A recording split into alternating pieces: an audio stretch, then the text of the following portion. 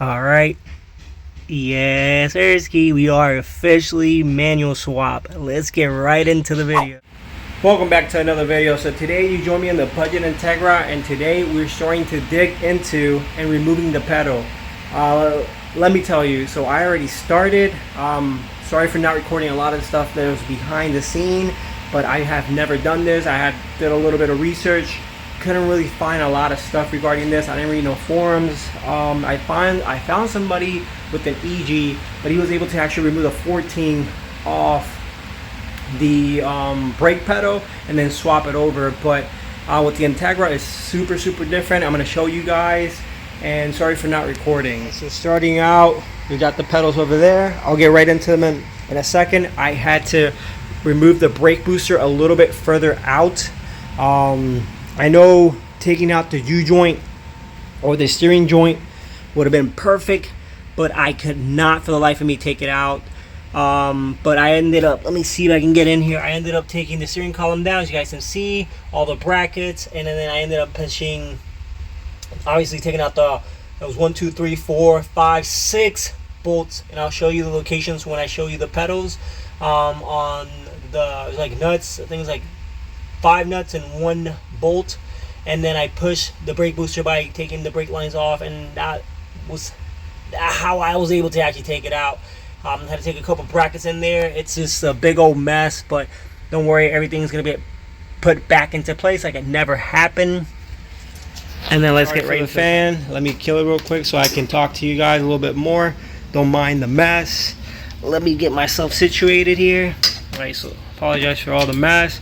So you guys can see, I already transfer the actual switch for the brake onto this is the manual one, and I'm going to show you why I decided to do this. I could not do the 14, take the 14 out because it was blocking on the actual chassis. But if you look at here on the automatic, it has this weird thing right there where the manual one has that, and that's exactly what I need. So for when I connect, you guys can see the pedal. So even finding a way to transfer the 14 would not do me no justice. And yeah, you guys can see, look at the difference. And that it still has this. Actually, I believe it's for the cruise control. I'm not even sure if it's gonna work for the K swap. Everything else is pretty much the same. As you can say, you guys can tell the pedal is way different. But yeah, those are my findings. And then the bolt positions, you can see you got the 4 nuts in the back there that hold on to the booster. You're gonna have that only nut that holds on the top, and then you got that one right there by the actual gas pedal. And yeah, and then we do have the clutch pedal too, which I have no idea where I put it, but it's also a matching Integra one. And I want to give a huge, and I should have given that from the beginning, huge shout out to my boy Kalen Kid. Make sure you check out his channel and his IG page. I'm gonna link it over here. He got me these pedals all the way from California. I appreciate you for helping me out with this. I could not find cheap ones. I think the difference was like 10 bucks, which hey, anything helps for the budget bill, so I appreciate that, Kalen. I appreciate it. But yeah, so these automatic ones are pretty much trash. They're not gonna help me whatsoever. So unless you change this pedal out, I think, or that find a way to change out that make this different, and I think then I guess at that point it could work, but I've never seen that. So yeah, so let's throw these ones in. I'm not gonna record the process, it's really tedious, and I just want to get it over with. Alright, so I just wanted to update you guys. I know on the part 1 you guys saw that I was having issues with the studs. You guys saw, my mistake, my bad, I messed up. So essentially it's supposed to be like that where it's super long, because for me it was super long where it was just bottom out and it wasn't attaching. That makes sense because once you put the clutch, which I think I have one here, an extra one to show you guys. Once you put the pedal, all the spacing here, you guys can see that spacing will justify for it, so the nut will be able to actually grab onto it. So it's my fault, my mistake, a correction for you guys, just in case if you guys are embarking the same problem. But yeah, I'm going ahead with my stud removal, and I'm going to be fixing them, and then I'll show you. Alright, so I corrected it like I was telling you guys, and it's supposed to be just like that, how it comes from factory. And essentially this, let's say this is the pedal. So once it goes in, you guys can see all that spacing, see how it right there. So that's why I wasn't grabbing. Essentially I wasn't accounting for this because I went ahead and installed it without installing this first. So that was my issue. So you guys can see right there, see, it's just like that. So that's was my problem from the beginning. But yeah, wanted to let you guys know that it was my mistake, my fault. I figured it out, and that's the reason why I was having issues, as you guys will see. Alright, so starting to rain right now, so I need to hurry up. But if you guys look, I took the shifter, automatic shifter, sorry, the automatic shifter, I cut that plug. It kind of looks like a C101 type kind of stuff plug, but it's not. And I made literally like a, you guys can see, I made kind of like a little jumper harness, you guys can see. So from the top here, as you guys can see, it's a 14 pin plug. You got 14 right here, which is vacant, the pink, which is 13, and then I believe this one should be 7 down here. You combine them together, this will be your cruise control canceled. Like, so when you take the pedal off or you press it, I believe, when you're driving, then the cruise control will cancel. I'm not even sure if it'll work with the K-swap, but I wanted to try it out. It's also a part when you do a auto to manual B.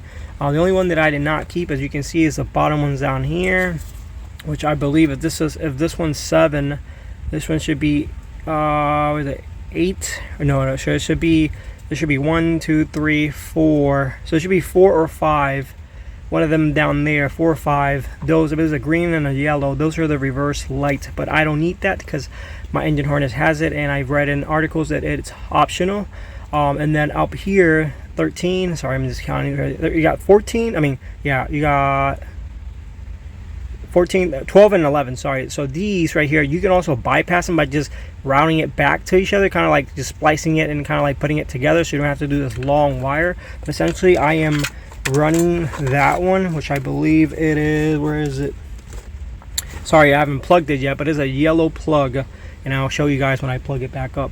So it's this one right here, that goes on the top of the clutch pedal, and then that's for the kind of like the switch, neutral switch. When you press it, the car will start. If you just bypass it, you don't have to press the clutch in, it'll just start. And then this one right here will go at the bottom. That's for the cruise control when I disengage it. And then something that I was reading that I wasn't too sure. So we have here 12, 11, and then 10. This one right here, somebody put on a forum that they pretty much splice it with these ones all together, with these two thick ones here, the black ones. And essentially they were able to bypass the starter and then the remove keys. So essentially, from what I was reading, since this is automatic, it locks the key because it believes it's in parking. So by you doing that, you are pretty much telling the car that you're not in parking. So it lets the, or you are in parking, I believe, yeah. And then it lets the key come out. But I was watching a video, and I'm not sure. I'm gonna give it a try. I'll let you guys know if it works or not.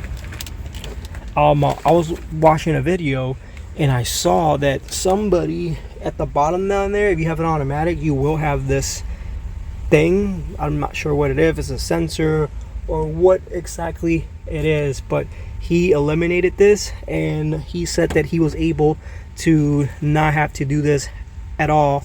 And he said it worked. So I'm gonna give it a try, and because I already eliminated that, so I'm gonna run this and see if it works. If not, then I'm gonna have to, because I read that in another forum, so many forums out there, and it took me a while, that by him having this green white cable located in pin this is 13, 12, 11, 10, he was able to bypass that issue.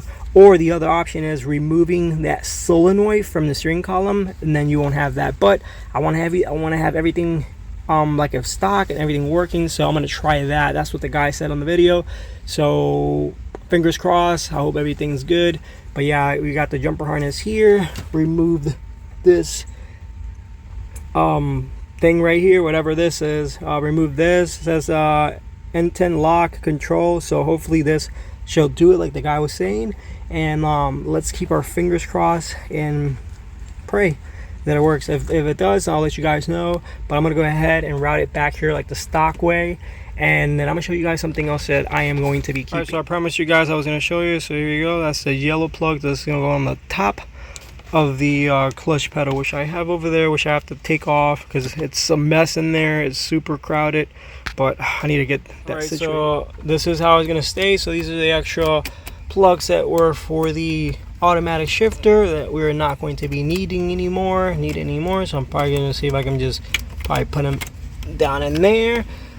We have the jumper plug right here, so you guys can see, which I use from the automatic shifter.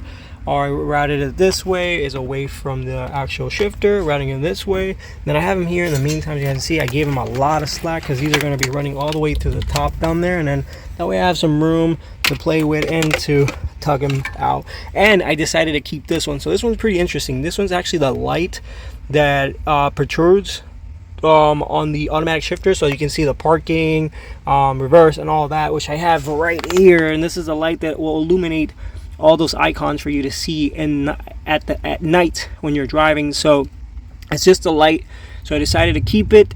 I'm gonna see if I can make something up where, like, I guess it'll shine and I can see my pedals at night or something if I have to look down, or I don't know. I'm gonna see what I can do to get creative with this. I don't know what I'm going to be brainstorming regarding this, but essentially I'm gonna see what I can come up with. And it's a little light, it's a little free light right there. See, if you guys can see, it's plugged right there, and it's just, you guys can see, light bulb. So I'm gonna see what I can come up with and have it here or something where it can shine or a little illuminate the pedals or something. I don't know, I'm gonna get creative with it, but I decided to keep it. But yeah, I'm gonna go ahead and put back the shifter, and 1, 2, 3, bing, right there. We got back like it never happened. As used, so it's all scratched up. And I want to give a huge shout out to Pablo SP Tuning for this. He hooked me up. He sold me all of this at a good price. I got a whole bunch of stuff, so it's perfect. You know, I wanted to have the OEM look, and he was able to help me out. As you guys can see, 2 different shades, but hey, it's fine. I'll see if I can get maybe like an arm roll or something cleaner. That way I can shine longer or whatever. Who knows? But hey, we got cub holders though. Yes, Erski.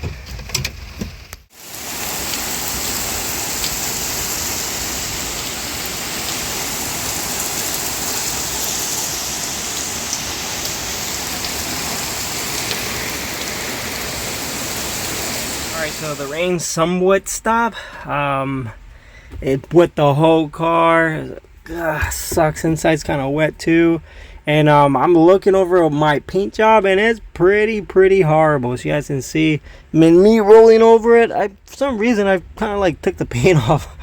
Maybe I should have given it like 5 coats or something. But that's all cosmetic. It'll get fixed. But if you look over there, I took the blower and I took the boom, evaporator out. You guys can see dirty.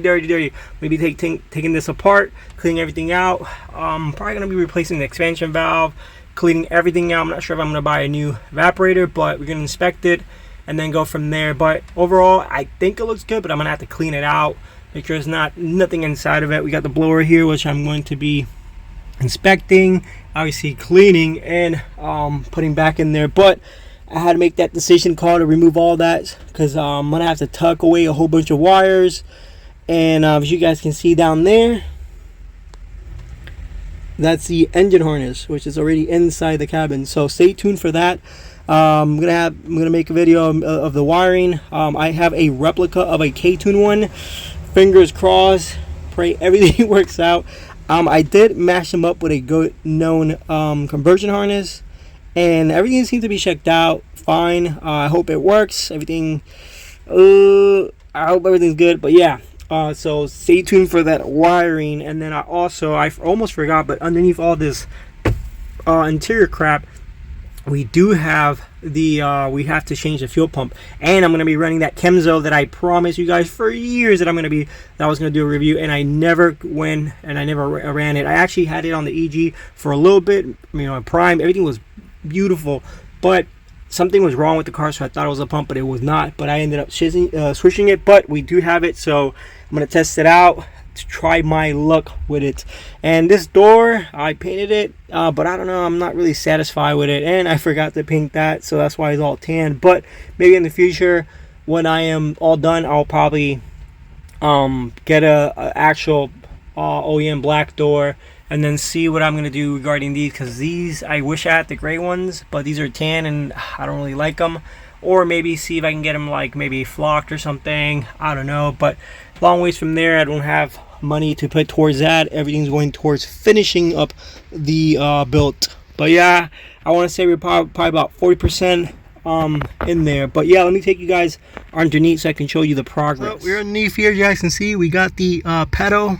I did end up, you guys can see, it's hard plugging these back up. We do have the harness in here, which I'm gonna have to fix, zip tied, make everything nice. I'm gonna have to put these fuse box back in there because I did loosen it to have some room to put everything. But as you can see, the nut, I don't know if you can see it from there, but the nut's already on the top, 12 millimeter. I'm gonna go ahead and start putting the clutch cylinder with the fix that I did with the studs, so I can start bolting everything up and yeah, get this over with, so that way we are all done with the pedals.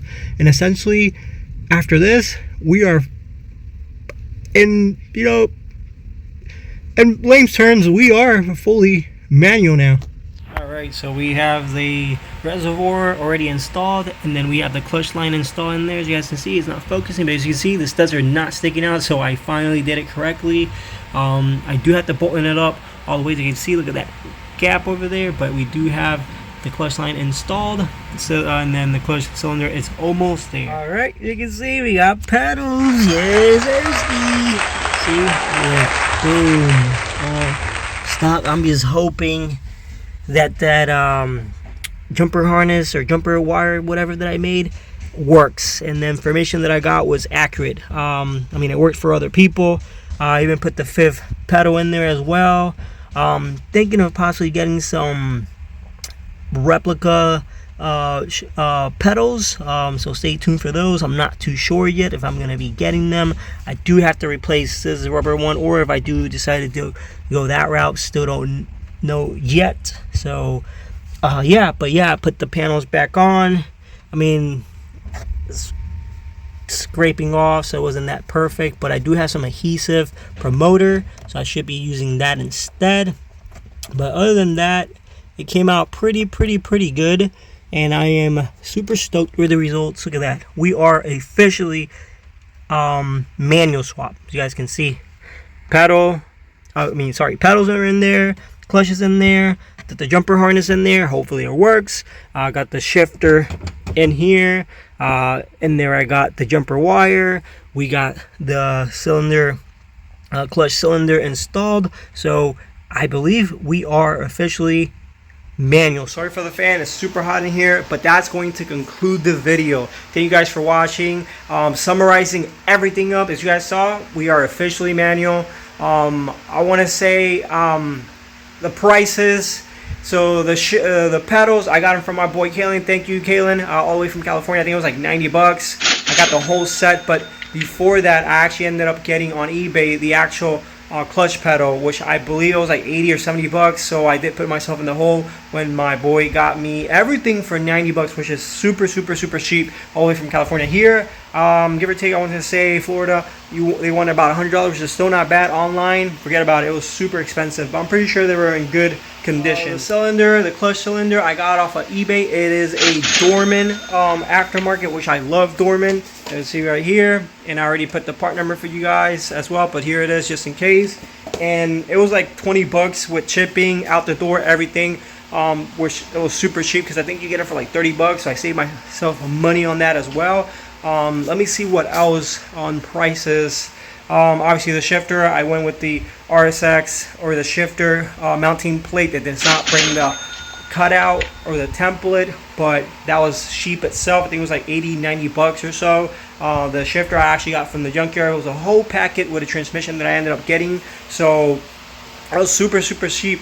and I can say that I am officially manual swap. So, and my opinion, I've never done this before. It's my first time. It was a pain in the rear end. It was a pain. I don't think I'll ever get to do that again. I had to put the steering column down, take the brake booster, remove it. Now I have to bleed the whole brake system, which I'm going to do anyways. But it was a pain. And obviously, as you guys saw, I did mistakes after mistakes, but I corrected them. So hopefully, the only thing that's on my mind that's driving me nuts is I hope I got the jumper harness correct. With the forums and the information that I gathered, also with that little sensor or something that in the video the guy said to remove, and it was not going to lock your key inside, so I hope that doesn't happen. Obviously no reverse light needed because the engine harness has that, and that was optional. But yeah, I am super pumped, and as you guys saw, we are getting closer to doing the electrical and then the wiring on the vehicle. But as you guys saw, I also took out the operator, and then I also took out the blower motor. So I'm going to be diving into that, inspecting it, cleaning it, and seeing what I need, because obviously AC is coming on this, and it's going to take some time. I'm going to run it the way it is for right now, but AC is definitely going to be on the vehicle. Already got the high racing kit, and obviously you have to use a lot of the OEM lines for this as well. But I do have to source an RSX compressor, hopefully with some pack oil already inside. I do have one, but the plug is different, and I don't want to risk it because they came with the K20Z3, so I'm not too sure. But yeah, sorry for dragging this. Thank you guys. Catch you guys in the next video.